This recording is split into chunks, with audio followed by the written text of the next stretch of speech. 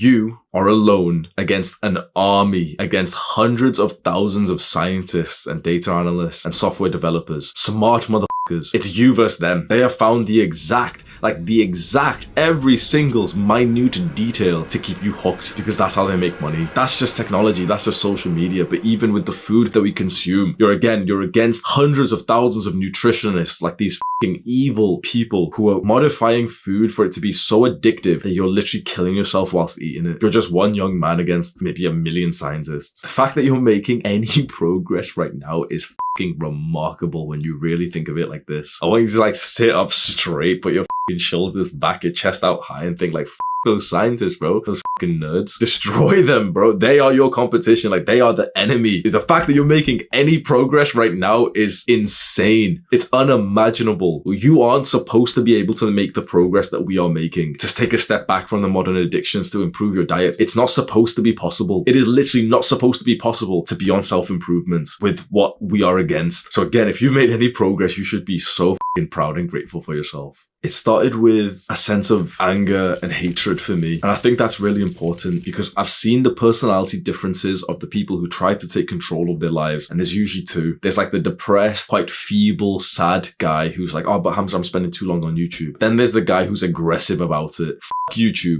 Fuck the drugs that I'm taking and the junk food. This is the guy who makes progress. You need a bit of aggression to take back control over your life. You can't do this passively. You can't be one of those people who my goal is to only watch 1 hour of YouTube a day. You have to hate that shit. For me personally, I couldn't do the wishy-washy modern day bullshit of trying to reduce it. I had to eliminate this shit. I tell this story all the time and I really hope you can take how significant it is for me. I had to literally move cities. I had to break up with my girlfriend. I had to move back into my parents' house so that I didn't do these bad habits, because that was literally the new chapter of my life. I literally for almost an entire year visualized exactly how it would go, that I would move back, and I literally saw myself running around my town here and doing outdoor workouts, meditating, journaling, and just staying away from the screen. You can do all the small level tactics that you want. Every other YouTuber is going to tell you the same advice. Get one of the YouTube blockers and you can install the Google Chrome ad. Shut the f up, bro. I'm telling you right now that every person who's got one of those YouTube blockers has failed their goal. They still go onto YouTube. That's the dumbass who goes to a party and says oh no thanks, I'm trying to quit drinking. You're a coward, you're a pussy. You're not going to make progress. You're not trying to quit drinking. You don't drink. Update your self-image. You are not trying to reduce YouTube. You're not trying to stop smoking or anything. You don't smoke. You don't watch YouTube anymore. Whatever your goal is, ingrain it into your self-image right now. There is no more trying. There's not,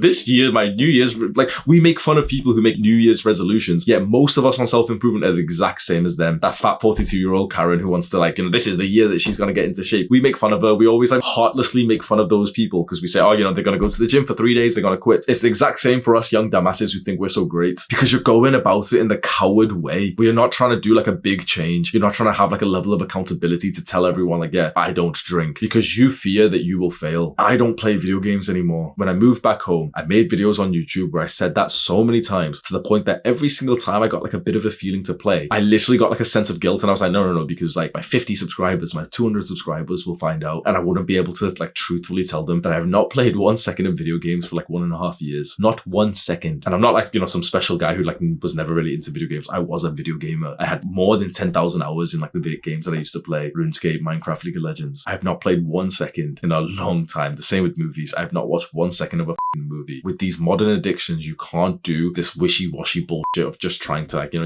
reduce it. It's the equivalent of that dumbass who says I don't want to get too big. Shut the f up. I just want to get a little bit toned, my shoulders toned. Shut up. No, you're not. No, you're not. You're literally not going to get that goal then, because you're too much of a fucking coward to set a good goal. I just want to get a bit toned. No, you don't. Shut the fuck up. If you set your goal to be so fucking just trash, just so unrewarding that I just want to get toned shoulders, or I just want to reduce my weed intake. Shut the fuck up. You quit weed. You quit sugar. Dumbass.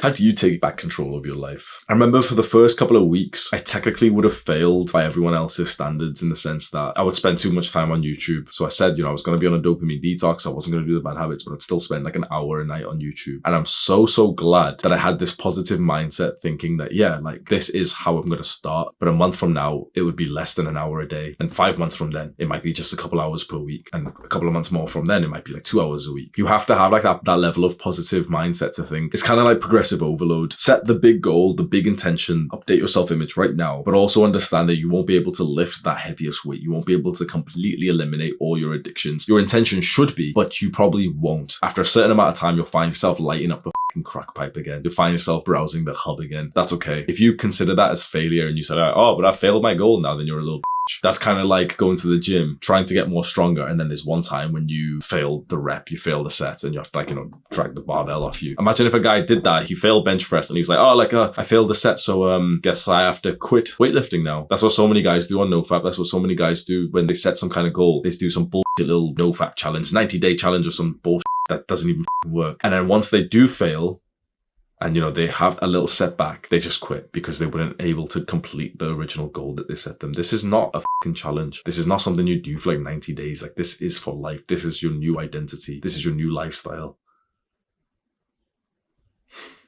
Do the hard work, especially when you don't feel like it.